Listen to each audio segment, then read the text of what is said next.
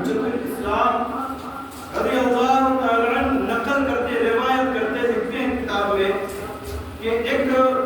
نوجوان جو کافی مالدار ہے اپنے وقت کا، روپیہ پیسے زمین جائیداد سے ہر ایک چیز سے بڑا مالدار ہے، لیکن اسی وقت اسی شہر کی رہنے والی ایک خاتون ہے جو غربت کی ماری ہے، جو غربت کی ماری خاتون ہے، وہ اپنی غریبی کی داستان اس کے محلات میں آ کر کے سنانا شروع کرتی ہے۔ کہتی ہے کہ میں فاقہ کسی ہوں، غریب تنگ دست ہوں، بھوک سے میرے بچے بلک رہے ہیں، مجھے کچھ مل جائے کھانے کے لیے تو میرے بچوں کی جان بچ جائے۔ وہ عورت اتنا کہیں کہہ کر کے خاموش ہو گئی۔ نوجوان آگے بڑھتا ہے، بڑھ کر کے کہتا ہے کہ میری ایک خواہش، اور جو تو میری خواہش کو پورا کر دیتی ہے تو یاد رکھنا کہ تیرا جی چاہے جتنا مال میرے خزانے سے اتنا لے کر کے چلے گا۔ اس نے اتنا کہا تو غریب عورت اپنے دل کو تھام کر کے کھڑی ہو گئی، چپ چاپ، کوئی آواز نہیں، کوئی بات نہیں، خاموش سے دم کھڑی ہوئی، اپنے دل پر ہاتھ رکھی، واپس پلٹ کر کے آ گئی۔ کیوں؟ اس کے دل میں خوف خدا تھا۔ واپس پلٹ کر کے جیسے اپنے مکان کے اندر جاتی ہے تو کیا دیکھتی کہ مکان کے اندر بچے رو رہے، بلک رہے ہیں۔ اللہ سے دعا کرتے ہیں، مولا اس بھوک کی شدت میں اتنی پریشانی ہے، مولا یہ ہماری زندگی کا پہلا قصہ ہے، اس سے بہتر ہے کہ ہمیں موت نصیب عطا فرما، یہ تڑپنا ہمیں برداشت نہیں ہوگا۔ ماں کا کلیجہ تھا، تڑپ گیا، واپس اپنے قدموں کو پلٹی ہے، اسی مکان کے اندر جاتی ہے، پھر جا کر کے پکارتی ہے، اے شہزادے کچھ تو دے دے، کچھ تو دے دے تاکہ میرے بچوں کی بھوک مٹ جائے۔ دعائیں کر رہے ہیں، مولا اس بھوک سے بہتر ہے موت دے دے، موت کے لیے بھیک مانگتے ہیں مولا، اے شہزادے کچھ تو عطا کر۔ اس نے پھر سے وہی دہرایا جو پہلی مرتبہ دہرایا تھا۔ خاتون راضی ہو گئی، راضی ہونے کے بعد اندر جاتی ہے، شہزادے نے کلائی پکڑا ہے، اپنے مکان میں لے گیا۔ لے جانے کے بعد جیسے ہی مکان کمرے کا دروازہ بند کیا، خوف خدا سے عورت کے آنکھوں سے زاروں قطار آنسو جاری۔ جیسے ہی اس کے آنکھوں سے آنسو نکل رہا تھا، شہزادے نے پوچھا آخر بتا عورت یہ آنکھوں سے آنسو کیسے، یہ رونا کیسے ہو؟ اس لیے کہ یہاں پاس میں تو کوئی دیکھنے والا نہیں ہے، کوئی آواز کو سننے والا نہیں ہے۔ عورت کہتی ہے میرے دل کے اندر خوف خدا ہے، کوئی دیکھے یا نہ دیکھے،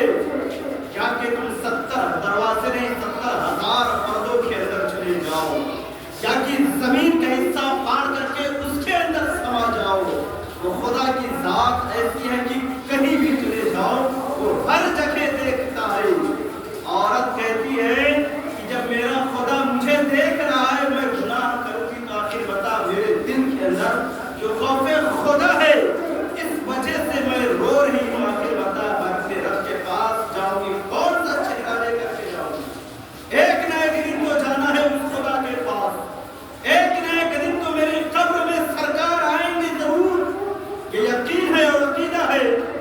کہ بتاؤ حضور کو میں اپنا چہرہ کیسے دکھاؤں گی۔ عورت نے اتنا کہا ہے، شہزادے کی بھی آنکھوں سے زاروں قطار آنسو جاری ہوئے، کہتا ہے شہزادہ اے خاتون ذرا یہ بتا تیری غریبی اور تنگ دستی کا یہ عالم ہے، اس کے باوجود بھی دل کے اندر خوف خدا ہے، کہتی ہے کہ میرے بچوں کی جان جائے تو جائے لیکن میں گناہ نہیں کروں گی، اس قدر تیرے اندر خدا کا خوف ہے، اور مجھے تو اللہ نے دولت سے نوازا ہے، اس کے بعد بھی میرے دل کے اندر خوف نہیں ہے۔ آج سے میں وعدہ کرتا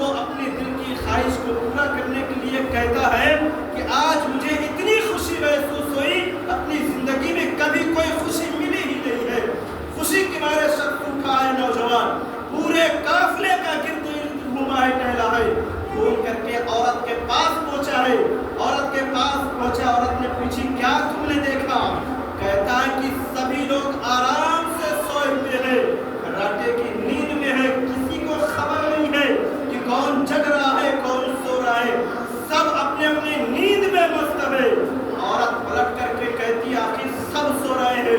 ذرا یہ تو بتا خدا کے بارے میں تیرا عقیدہ کیا ہے، خدا کے بارے میں تیرا ایمان کیا ہے، کیا خدا بھی سوتا ہے؟ اس شخص نے پلٹ کر کے کہا تھا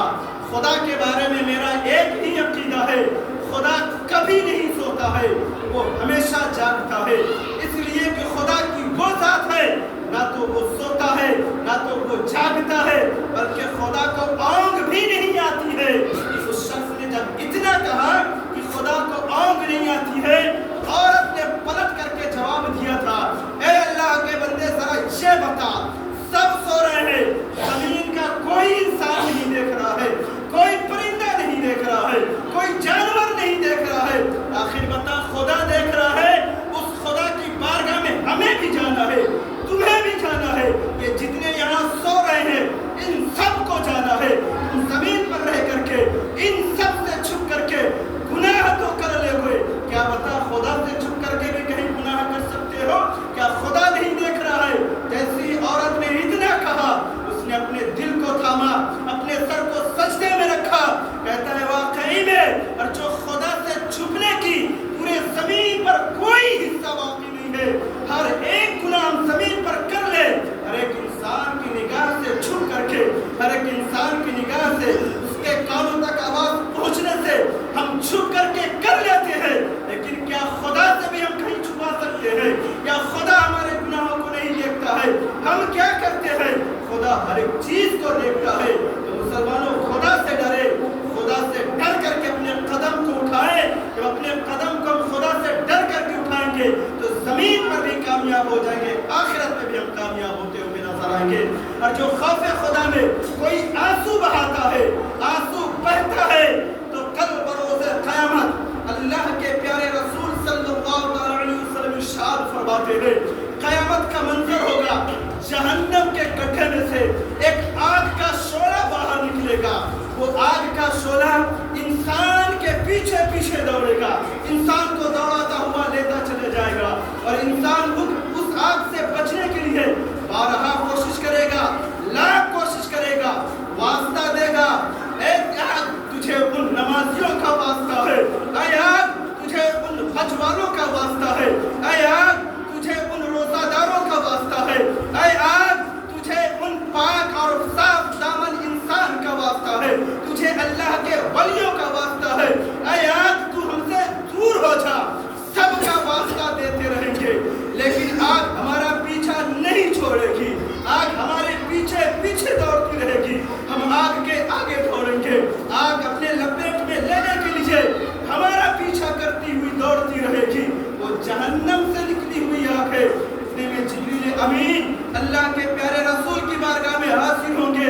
ایک پانی کا پیالہ لبریز بھرا ہوا لے کر کے حضور کے پاس جائیں گے، جبریل امین عرض کریں گے یا رسول اللہ اس پیالے سے پانی لے کر کے اس آگ کے اوپر چھڑک دیا جائے تاکہ یہ آگ ٹھنڈی ہو جائے۔ اللہ کے رسول اس پیالے سے پانی نکالیں گے، آگ کے اوپر چھڑک دیں گے، آگ وہیں پاس میں ٹھنڈی ہو جائے گی، بجھ جائے گی۔ پھر پیارے رسول پوچھیں گے اے جبریل آخر بتا تو صحیح یہ پانی کون سا پانی ہے جس سے جہنم کی آگ بجھ گئی ہے؟ جو انسان جو میری امتی نمازیوں کا واسطہ دیا، روزے داروں کا واسطہ دیا، حج والوں کا واسطہ دیا، پاک دامنی کا واسطہ دیا ہے، سب کا واسطہ دے دیا، لیکن آگ پیچھے نہیں چھوڑی ہے، یہ کون سا پانی ہے جو پانی چھڑکتے ہی آگ ٹھنڈی ہو گئی اور بجھتی ہوئی نظر آئی ہے؟ جبریل امین فرمائیں گے یا رسول اللہ یہ وہ پانی ہے جو آپ کی امت تھی زمین پر خوف خدا سے رویا کرتی تھی، اور اس کے آنکھ سے جو آنسو نکلتا تھا اللہ نے مجھے حکم دیا تھا کہ اے جبریل پوری زمین پر کہیں بھی لوگ خوف خدا سے رو رہے ہو اور ان کے آنکھوں سے جو آنسو نکل رہا ہے ایک پیالے میں جمع کر لو، قیامت کے دن یہ کام آنے والا ہے۔ یا رسول اللہ یہ وہی پانی ہے جو زمین پر خوف خدا سے لوگ آپ کی امت رویا کرتی تھی، ان کے آنکھوں سے جو آنسو نکلتا تھا آج وہ آنسو یہاں کام آ رہی ہے کہ قیامت کا میدان ہے اور یہ جہنم سے نکلنے والی آگ ہے، آپ اس کے اوپر چھڑک دیے ہیں تو لوگ اس کی آگ سے لپیٹ سے بچتے ہوئے نظر آئے ہیں۔ ذرا اندازہ تو لگائیں وہ پیارے رسول صلی اللہ علیہ وسلم کی ہم امت میں پیدا ہوئے ہیں